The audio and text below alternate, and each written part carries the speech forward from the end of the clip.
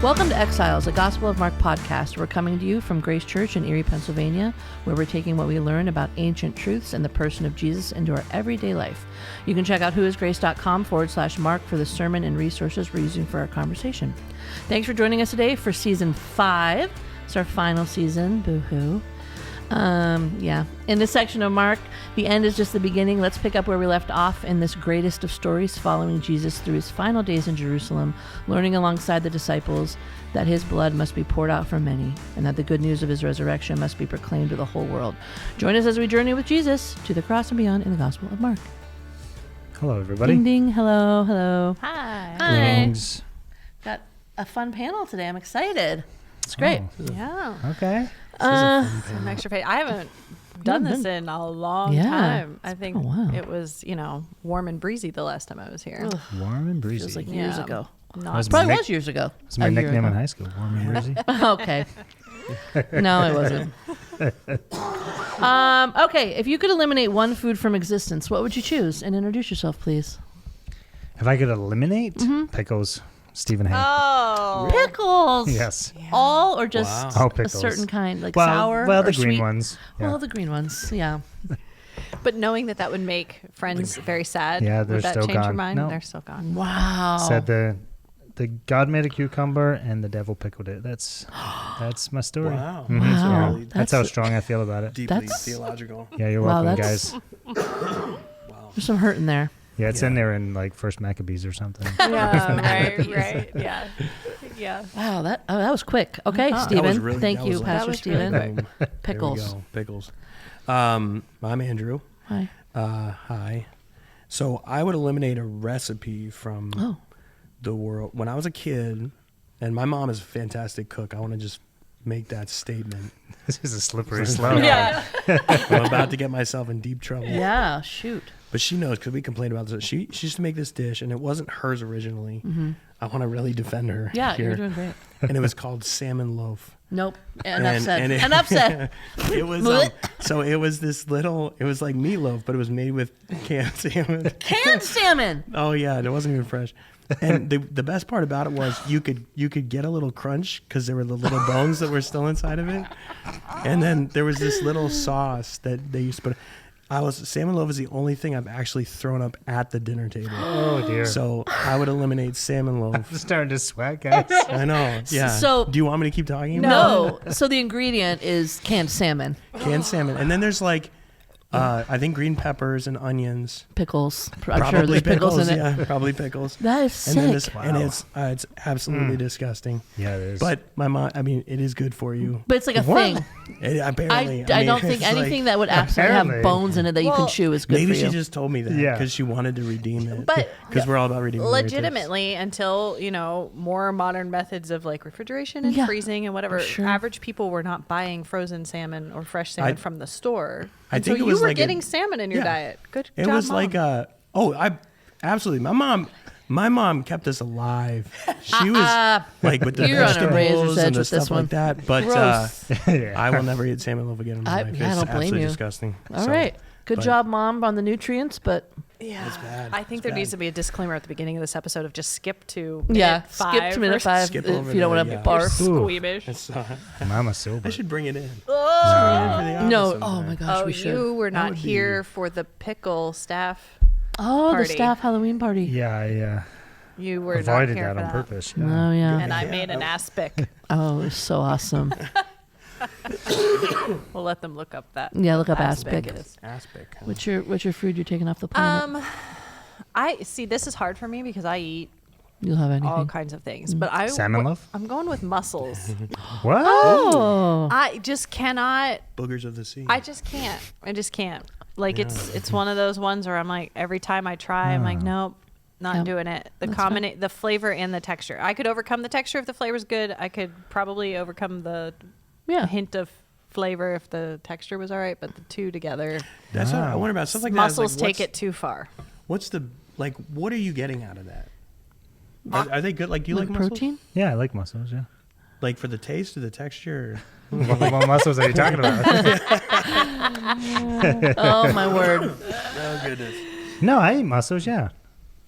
I never liked them until we were in Prince Edward Island and I had them and I was like, oh, this is and muscles. maybe that's what it is. Yeah. Like the crucial thing. I have not had somebody make them correctly yet. Maybe, but you've been to Maine. You've been to like New Hampshire. I know, and I've tried the different things. Yeah, I don't know. Hear me out. What if you chopped it up, put it in a loaf? With like pickles, onions. Wow. I like where we're headed. Muscle. And who are you, by the way? Oh, I'm Sarah. Hi. But not the Sarah. You're a Sarah. I am. Sarah. I'm Sarah. Pastor Sarah. I was gonna say raw onion, but I think I'm gonna switch and say beets. What? Oh dear, yeah. no. I was with you about a year ago. What? Really? I love beets. I don't. What? I think to eliminate from the entire world. Listen, pickle man, Beets, you're ridiculous too. Yeah. But beets are amazing. Do you eat them Are pickled? they? God made them. God made all the things we're talking about. Not salmon loaf. No, yeah, no. Put that maybe not together. that. Maybe not That was that. Mama Silver. You didn't even make that canned salmon. I have never, I guess maybe it's the same thing as mussels. I've never had a beet that didn't taste like I was licking dirt. Yeah. Yeah. And I don't like that. Right. I don't like Oh, this dirt is so taste. sad. The dish that changed my life was roasted beets on a salad. Okay. And that was what saved beets for me. I would trust you to make Yeah. me like beets, Sarah. Yeah. But There needs to be a strong acid component that cuts through the dirt. But see, yeah. So it's the same way with like the LaCroix. dressing. Nobody likes LaCroix. Nobody likes beets. True. Is there any part of the nation that doesn't know about LaCroix? Is that like, No, I think it's pretty nice. Is it I think it's national? Pretty, yeah. Oh, I don't know. Yeah. or is it just like a Christian thing too? No. No. No. It's like, what? Or bubbly, whatever. What are they called? Seltzers? Anyway. Oh, speaking of food, a scandalous surrender is what we're talking about today. We're in Mark 14, first 11 verses. And every time we come to this in Mark, at least on the podcast, we try to bring up when he uses this sandwich technique. And this one, I want you guys to kind of feedback on it, but basically the sandwich is the woman at Bethany anointing Jesus with her perfume in the middle of the chief priests on the front end, plotting to kill Jesus, and then obviously Judas on the back end, plotting to betray him. Why do we think that this was let's talk about it a little bit more. You know, I really appreciate just, you know, where we are at this point in Mark, but I really appreciate the intentionality of Mark as a storyteller / teacher. You kind of get to learn the guy a little bit because he's used this technique so often. And then when you know, every time you see it, you see the level of intentionality and how he chose to teach through storytelling. So it's good. Just an observation. I really appreciate that. Yeah.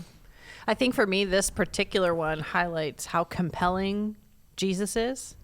Like what he has done in 3 years is so compelling that people are trying to kill him.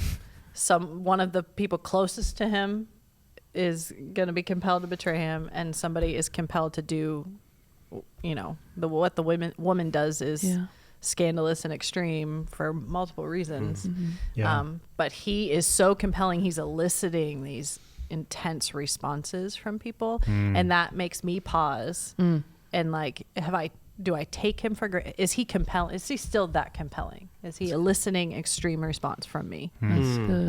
Anyway, that's good. Wow, let's just end it there, guys. Yeah. That's a Well, good you Season can 5, follow, that's whoisgrace.com / That is deep. That's really good. That was really great. When I read that, I think it just, for me, it like off the cuff, harken back to Psalm 23 that says, you prepare a table before me in the presence of my enemies.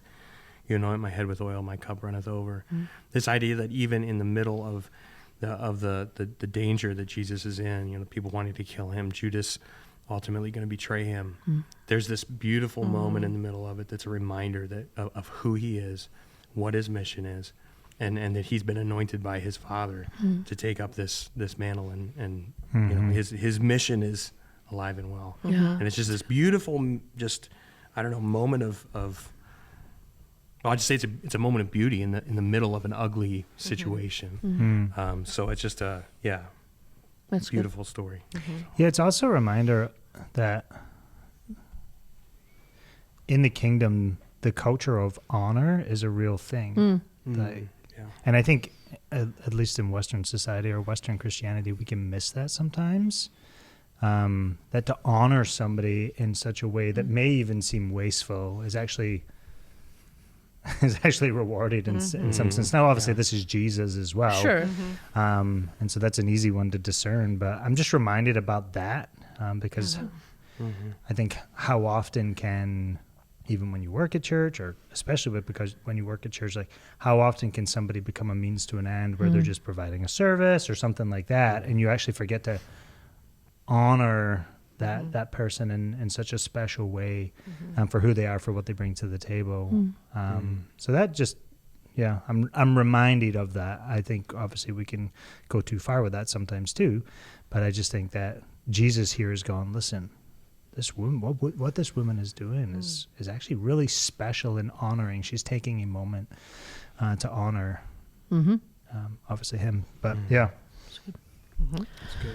So our big idea is that surrendering to Jesus is worth whatever sacrifice it may cost.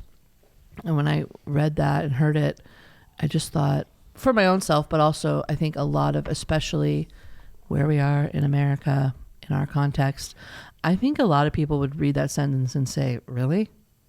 I mean, it's a big spectrum. Yeah. But that's not as easy of a statement as some of us might think it is. yeah, it doesn't let any of us off the hook. Right. As I read through that. Yeah, it's an easy reading statement. It's actually an incredibly difficult statement. I mean, it really is to the point of your life. It's worth it. Surrendering to Jesus is worth it, even though it may cost you your life. I don't think we run into many situations where really following Jesus in this day and age actually is going to cost us our life. That's not the case for people around the world. Right. And so I think this statement it's easier for us to digest. Yeah. It's not as easy for somebody who literally this means I'm sacrificing my own well-being, my own safety, my own, whatever. Yeah. And putting my life on the line to follow him. So it's a different, and we should be ready to surrender everything at a moment's notice. But I think it's a little easier to digest in a first world context. So. Yeah, and I mean, I don't know about you guys, but I always have those things, I'm not going to say them out loud, but those things in the back of my mind that I'm like, not this. Anything but this. Just don't let this happen or that happen or And the classic one is follow Jesus, but don't call me to, you know, Africa or the middle of nowhere, or you know what I mean? Like, don't take me out of my comfort zone or whatever. That's like the classic response. But it can also feel like I'll follow you anywhere, Jesus, but keep my kids safe. Yeah. Or, you know what I mean? Like, we have all these like unspoken or spoken. I think what's interesting about this context, though, is that, I mean, nowhere, I mean, we see the response of those in the room and, their response to the scandalous act, which was obviously challenging for them. But I think what's important to consider in this story is that nowhere does it say that this woman held this as an idol. Right. And so we can apply this and say, that's a good point. And Derek does, and I think it's fair to do so as well, to challenge our own lives. Like, what is our alabaster jars? But I think what's also really important in this story is that she initiated this. Yeah. And it was something that she felt as though she had to give up or surrender. Now it may have been an idol. Obviously, Mark doesn't tell us that. But what we just see is an extreme scandalous act of generosity, compelled perhaps by the Spirit, or just compelled by affection for Jesus, maybe one and the same thing. But I think that's really important too, to consider in this story, because there may be instances in our life that it's not, this is an idol, I need to sacrifice it. More so, I just really feel like God is calling me to do this. And against conventional wisdom, I'm actually going to do it because I'm so compelled to move in this way. And I think that's an important piece of context that we have to consider. just because we see that in the woman, we don't see her going, oh, hey, Jesus, this was an idol in my life, and I'm going to give it up. Right. But rather, this is all that I have, and I'm going to give it up. Yeah. So it's almost an extra step in commitment in some way, shape, or form. Yeah. She and I think also the woman given her penny, you know, like that she gave all that she had. I feel like they're the antithesis. The rich young ruler, right, comes and says to Jesus, like, what must I do? Jesus tells him, and he is unable to be obedient to what he is told to be. Both of these women in this instances they're not even asking the question. They're just bringing it all in. And like I said, to me, the line goes back to his life was so compelling. Yeah, for sure. And the rich young ruler saw that too. He just couldn't overcome his idols, perhaps. But yeah, I think that's a really good. For some of us, it's going to take, scripture or someone stopping us in our tracks and saying, are you being obedient? Like the challenge of it. And for others, it's like, if you get an inkling of some sort of surrender or extravagance, just go. Yeah, I love that, because it's almost like, have you watched the life of Jesus closely enough that it has so evoked or provoked in you this type of initiation, this type of sacrifice?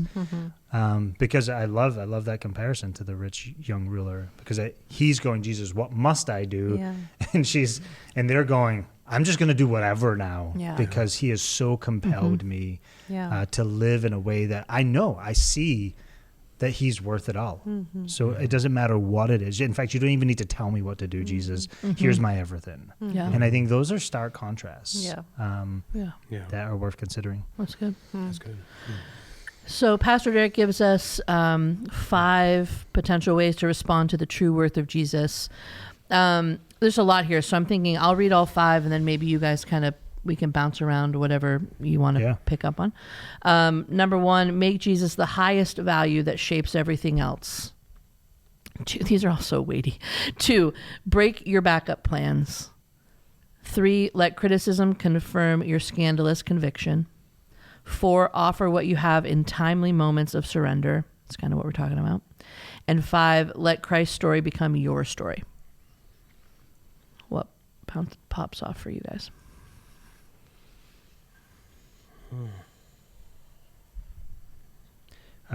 So I'll go and just say 2 and 3 for sure. I connect with in a lot of ways. I think 3, my brain, when he actually said the point, my brain initially went to Jesus washing the disciples' feet as well. I think we can read that again in this sort of Western context we live in and not realize how insulting that was in a lot of ways, how shockingly insulting and, how scandalous that very act was, that this person that they knew was the Messiah, even though did they fully comprehend what that fully looked like in their own finite brains, but they knew that this guy minimum they knew he was special. And here he was reserving him, or subjecting himself to the job of the lowest slave possible. And so I just, my brain goes back to that even the criticism of Peter in that way, like, no, you're not going to wash my, and Jesus says, well, you can't do it now. He's like, okay, well, wash all of me, But even the criticism, like, I think oftentimes we can, and so it's a fine balance, but we can receive criticism because we're looking for wisdom, but sometimes wisdom can just be a safety net. Does that make sense? So when we ask for conventional wisdom for, hey, I'm really thinking about this, or hey, I'm thinking about moving to Scotland, or hey, you're 22 years old and you've been asked to be the lead pastor, everybody tells me to run far away. So I initially ran far away, and then the Spirit of God compelled me to go, hey, listen, I actually think I need to put my name into the ring here. It's almost like flipping that funnel a little bit in some way, shape, or form, and going, or even asking the question, how do we strike the balance between wise counsel and discerning the voice of God in this moment? Because I don't really see, when God calls us to do something, I don't really see throughout Scripture God calling us to do something that makes sense or is safe. But at the same time, how do you You also act wisely. Anyway, so that's the tension I feel in 3. Yeah, that's fair. Because there is a sense when people's criticism, you go, that's crazy. What are you doing? There's a sense in which you go, okay, maybe I'm on the right track here. Yeah. That's hard. Yeah, That's it is. difficult. That's a tough one because you don't want, this isn't license to go do all the crazy that's in your head. Correct. As if, this is all of my scandalous surrender or whatever. Right. Look at me, yeah. But you're saying it might be crazy to everyone, and it might be. So, this is tough. But to that point, my immediate thought for that number 3, let criticism confirm your scandalous conviction. When I was little, my parents were, how old were my parents? Like 24 and 25. And they felt the Spirit guiding them into a job where they would be counselor parents for a group home of 6 to 12 juvenile delinquent boys.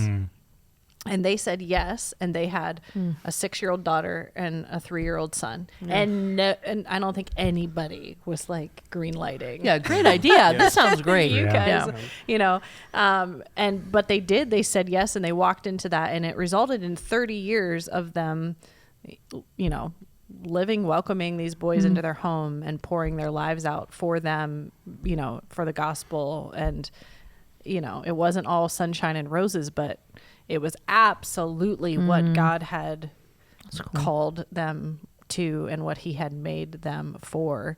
And and they were just trusting him with every ounce of their being that he was going to take care of their family in the midst of it. And it was a yes, but there wasn't there was lots of criticism, not loads of support for that decision.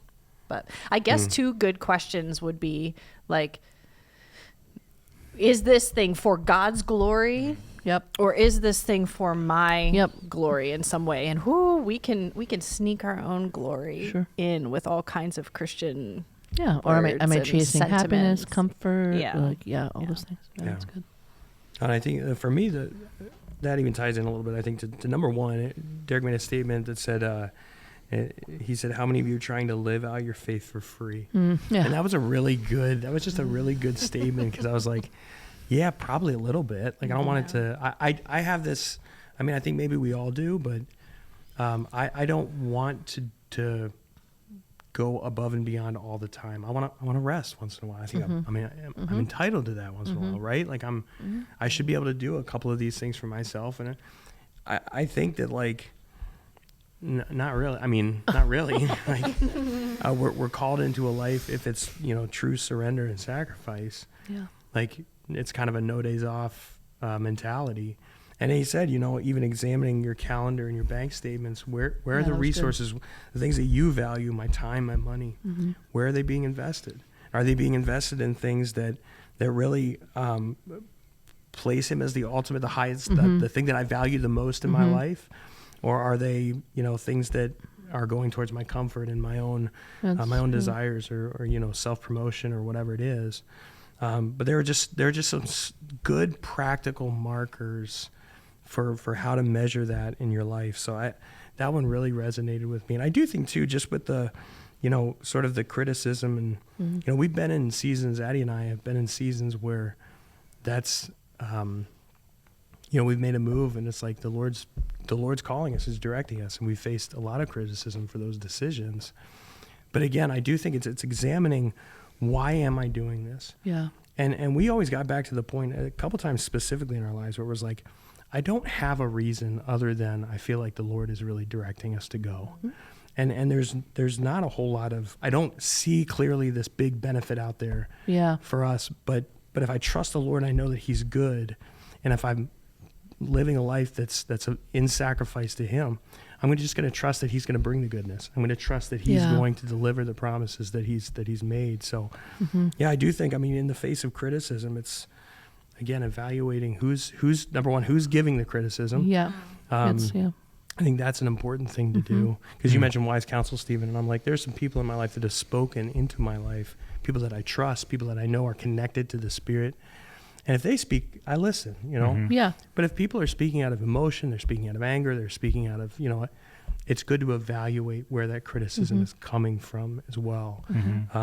So anyway, I just think it's but it's tough to like, is it wise or am I being a complete idiot here? So here's with that wise counsel as well, the who is very important, but what I've come to learn and notice in my life, because God did call me to the States when I was 21, then, this move to be a lead pastor at 22, which is just stupid. Like, I would tell even the 22-year-olds today to run far away. I'd give them the same advice as my dad and my lead pastor at the time also gave me, both wise counsel. But here's what I think is really important with wise counsel too, even if you are, quote unquote, going against that counsel, wise counsel will always choose to walk alongside of you. I think you can discern between wise counsel and poor advice is when you say, hey, I'm trusting the Spirit of God is pushing me in this direction, even though it may be going against your counsel. And again, I think those are exceptions, not the rule. And I want to say that. I think that's important too. But I did that, and those guys walked with me every step of the way. And I think that's helpful too, to discern those things too. But if they are going, I can't walk with you, that could also be a flag that you're actually making the wrong decision here. And so anyway, just, as we talk about discerning these scandalous acts sometimes, I think those are helpful metrics for us to, okay, they're saying that they can't walk with me. Maybe I got to pause here and actually reevaluate, because I trust these people. If my dad's telling me he can't walk with me, am I actually making the right decision here? Right. And I think that can come to the question of like, oh, hold up. If this person who loves Jesus so much can't walk with me through this, does that mean that this thing that I'm about to do, this decision I'm about to make, is not glorifying God? It's a misplaced... Right. A misplaced surrender, a misplaced thing. It's actually about my, like you said, my happiness, my desire to be something. What I think we can let ourselves be, godlike in sneaky ways. And this is the thing that helps break that, though, is like you said something a minute earlier, Andrew, that actually made me think. You said, I don't know if you said in our day-to-day lives or in our daily walk or something, you just made this offhand comment about, if I'm following Jesus every day, it's like, oh, it's key. If I'm following Jesus every day, am I making small surrenders, and am I, seeking wisdom in, that's good, in growing, in general, before maybe Stephen, like you said, is heading off some crazy. Yeah, because I mean, she it's not as if she's just doing this isolated act of surrender, and then she's like, okay, when I have enough money, I'll do it again. But I'm not following Jesus in between those moments. All right, see you next year. Yeah. Jesus has become such a value to her that the comparison is not even on the table. Like, it's not like this is more valuable than Jesus. Like, this is way less value than what Jesus is. And I think what's also about this story interesting is that everybody in the room agrees that it's scandalous. Right. Judas is the one that chose not to walk with. Does that make sense? Yeah. So even the other disciples are going, this is ridiculous. You are nuts. But they still choose to walk with, even though they may have not even done that themselves. And in fact, it becomes a lesson for them. So sometimes even our acts of surrender, if people who are wise and godly might not yet see it, it could also be a lesson for them as they walk with us, that they themselves are challenged. Well, I think one of the things too, actually, now as we're talking, we've talked a little bit about criticism sort of before the act. Like, I'm seeking wise counsel. She's doing it. Like, she's in the middle of it, and she's so committed. Like you said, Stephen, she's seen the value. She understands the value of Jesus. So she has already made a commitment that this is what I'm going to do. This is what the Lord has called me to do, and I'm going to do it. Sit in this room of men. I'm going to do this very scandalous thing. And in the face of criticism, I'm going to continue doing it. I'm not going to back off. I'm not going to. So there's a part here. I mean, I think wise counsel is very good. I think learning to discern the voice of God and respond to it. is critical to our Christian faith and Christian leadership. But she's actually in a moment here where she's already made a commitment to act and is acting. Right. And in the middle of that, she's not being dissuaded by the people in the room. Mm-hmm. So I think it's just a good, there is the beforehand stuff, gathering wise counsel, and making a decision. But this feels a little bit different, and just the fact that she's just recognized the full value of Jesus. Mm-hmm. This is what he's calling me to do. This is what I need to do. Mm-hmm. I know it's going to be scandalous, but I'm going to do it anyway because I just know this is what I'm supposed to do. Yeah. Mm-hmm. And in the face of that, as she's acting, she doesn't allow the criticism to back her commitment off to what she's been called to do. Right. And I just think it's a worth note. Mm-hmm. It's good. And even the tone around the room, had she just sprinkled some and just used it, I think they would have been like, oh, that's nice. Mm-hmm. Yeah. That's nice. And she would have been like, yeah. She's like, yeah, that was nice. That would have been an That would have been appropriate. offering and moment, yeah. Yeah, but to be smash the whole thing. And Derek had a line in here, and this is making me think of it again, that it's difficult or hard to be in the room with someone that sold out. Mm-hmm. And so that makes their response make more sense. I know we've all been in a room where it can go one of two ways. You're either in a room with someone and you're like, whoa, you're like spiritually connected with them, but they're like on another level, sold out, doing something, committed to something. Or they're doing that and you're like, whoa, that actually feels wrong. That doesn't feel right. And we've been in both situations, I'm sure. But I just can't imagine how much of their reaction was just also maybe a little bit of shame or a little bit of oh yeah, I wish I'd done that. Let's be defensive about this because we didn't do it. Yeah. I don't know. Yeah. Or even shame in the I wish that I could do something. Do it. Like, Yeah, like sure. that. Sure. Yep. Mm-hmm. Yeah. The breaking up your backup plans, if I can switch gears for a second. Yeah. I think it's important to talk a little bit about, I don't think we're talking about cashing in our 401k or our retirement. I mean, unless perhaps it has become of higher value than Jesus, then perhaps that is a scandalous act. Mm-hmm. But I don't know. I just want to create a little bit of dialogue about that because I think it's important for us to talk about that. This dichotomy between we have savings, we want to provide for our family, and it becoming an idol in our life and breaking your backup plan. Your backup plan may not be financial. Your backup plan actually may be something else. And so I didn't want people's brains to sort of default to the monetary aspect of it, and actually miss the fact that your backup plan could be, like you said earlier, Sarah, Jesus, if you don't keep my kids safe, then I'm not going to follow you. Are those social contracts that we make with Jesus sometimes? If you heal my wife, then I will follow you, scandalously or whatever. Those could also be backup plans. I just didn't want our brains to automatically default to this monetary aspect of it, and get lost in the fact that you might actually have another backup plan, like an eternal life backup plan, if you will, rather than just, finances. Mm-hmm. Yeah, that's good. Mm-hmm. I think that too, I don't know, for me, my brain went to, this forces me to unwind some maybe mistaken theology, which is just, how you think about God and, what his word, but God does not say that if you follow me, all will be well in the sense of some sort of material that's security, comfort level. He says, if you follow me, it will be for your abundant life and for my glory. And those are the things to hold on to. Yeah.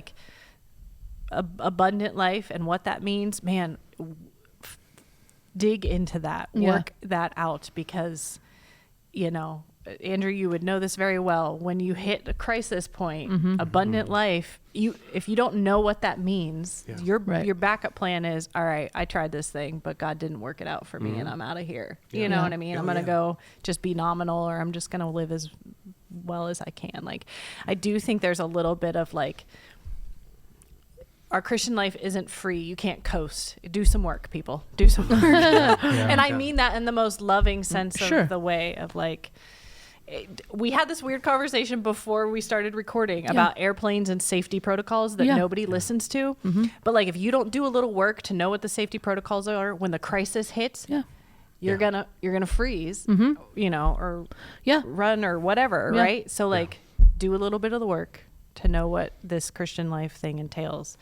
And that's great. I not think a little that's bit of work; it's a lot. Really it's important. It's a lot of work because when we say abundant life, we automatically then attach our own presuppositions onto the word abundant. Abundant, right? Our English 21st century definition of abundant. But I mean, Scripture is clear that the abundant life with Christ is a road marked with suffering. And we go as far as saying Christ lived an abundant life. And look at his life. In our sense of the word or definition of abundance, no, he didn't. Christ did not live an abundant life. So there has to be something else. It's got to be, you know, for the joy set before him, he endured. Cross, I'm like, oh, do I understand what the joy set before me is so that I will endure? I mean, it's work. I came to give you life and give it abundantly. Like, we have to do the work of redefining that. Otherwise, Jesus will let us down every single day. And you get into the why me posture when something happens to you versus being, and obviously it's not wrong to have those moments of doubt and that kind of thing. But when it's a victimization, like, why me? Why is this happening to me? I don't understand, blah, blah, blah, blah, blah. Why do I have to walk through this kind of a thing? I feel like that's one red flag that you know that you're not putting that in its right place. You're not putting even your whole life in its right place.